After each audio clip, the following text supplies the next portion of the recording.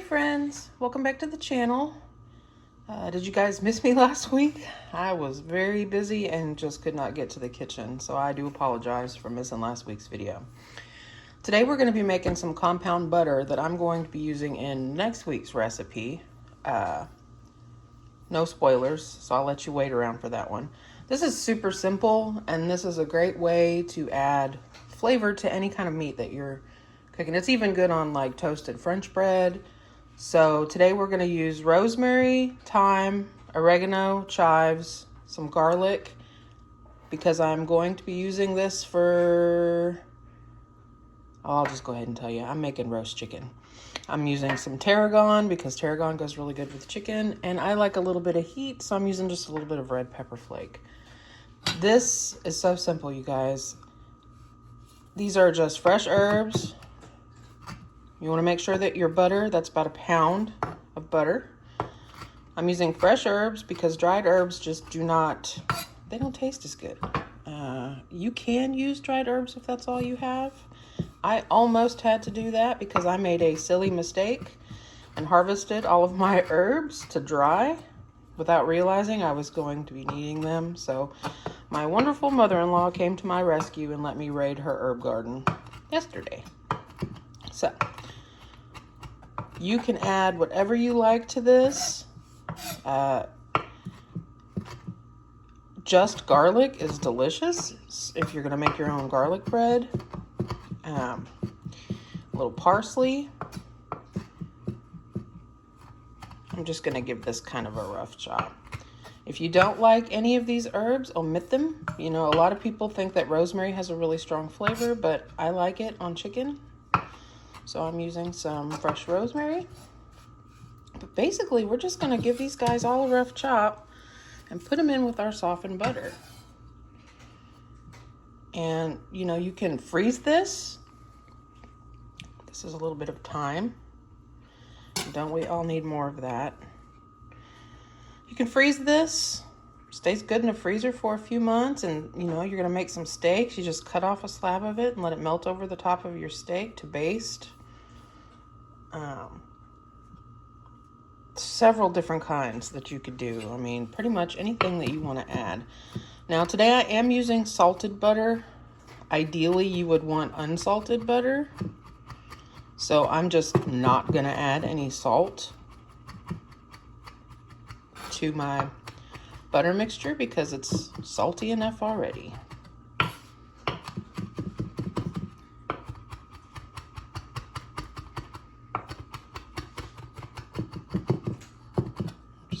Kind of breeze through this a little bit so you're not getting any really big bites. And into the butter bowl. This is a little bit of oregano. If you hear that crunching sound, one of my cats is over there having her lunch. Their timing is always impeccable, pets in the kitchen. Same with the oregano. Just gonna run my knife through it a little bit. Smaller pieces. It smells so good. Just screams summertime, fresh herbs. But yeah, when you're done making this, you can roll it up in parchment paper. I'm not doing that today because I'm gonna be turning right around and using this butter. So I'm just gonna put it in a bowl. But basically, you just make a log in the center of your parchment paper and roll it up, twist the ends, stick it in the refrigerator, and you just cut off pieces as you need them. It'll last about a month in the fridge, 3 to 6 months maybe in the freezer. If it, even, you know, I don't even think it would last that long, to be honest. So in our oregano goes. I'm going to do some chives. I really like chives. You could just do chives and garlic and use it on top of baked potatoes. That would be exceptional.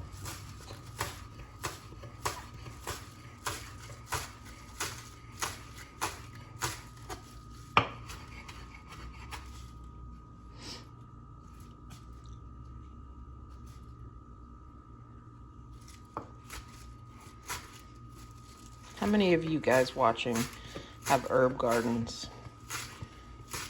and grow your own herbs in the summertime.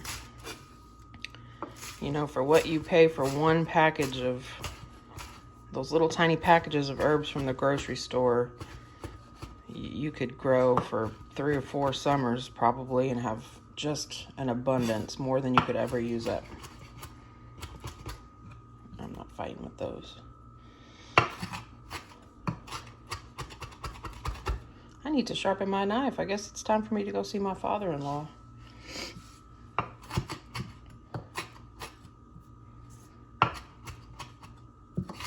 All right, I'm declaring that good enough. Into the butter. I'm gonna add my tarragon. I'm not really gonna give you guys measurements this time because, again, like I say all the time, this is your recipe. I'm just giving you suggestions. A red pepper flake. And this is some garlic that I grew. I'm just gonna peel it.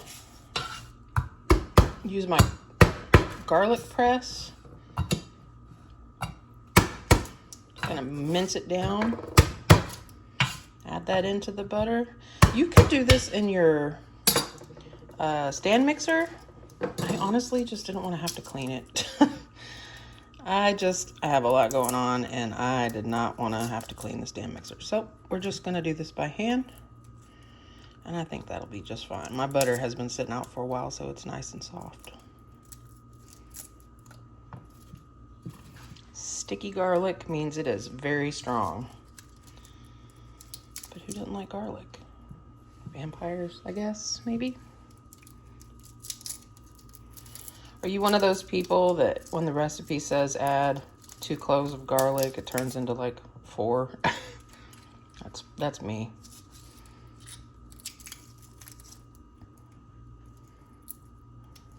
I don't ever really worry about having garlic breath either, because if you feed everybody that much garlic, well, your garlic breath just cancels itself out. You won't even know.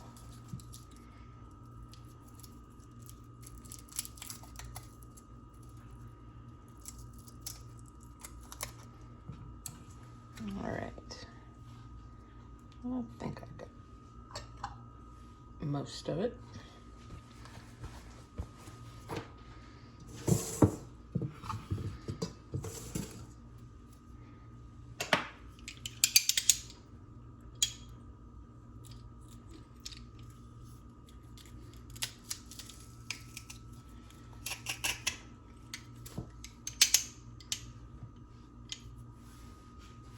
Cloves are pretty big. Probably a good thing I smashed them with my knife, because I don't think they would even fit in here. If you wanted to get super fancy with this, you could even roast your garlic first. I think that would be spectacular. Delicious.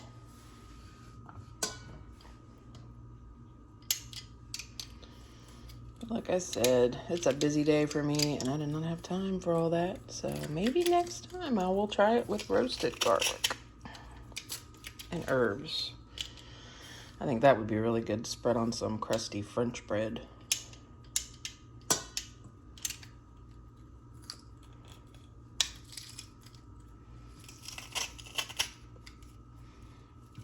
Hands don't fail me now.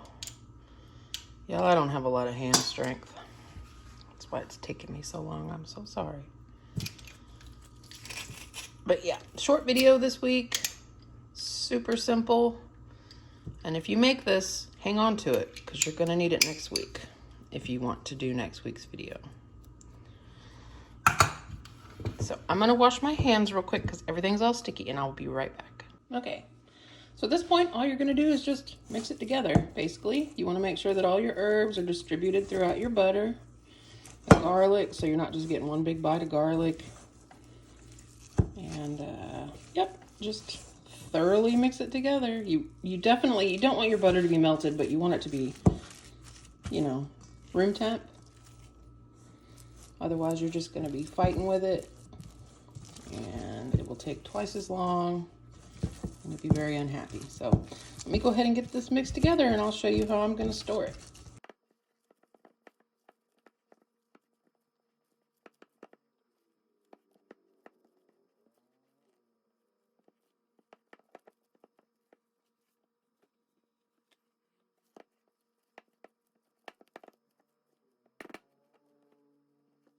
Okay, so it's all mixed together and incorporated. There's no big spots of the butter that don't have any herbs in them.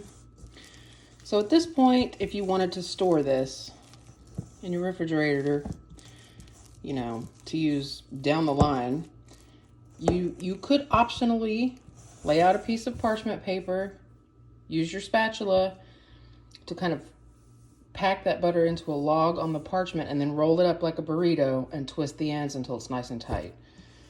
Like I said, I'm about to turn right around and use this. So I'm just going to store it in a bowl with a lid, and whatever I don't use, I'll keep in the refrigerator and I will use it up within probably just a few days.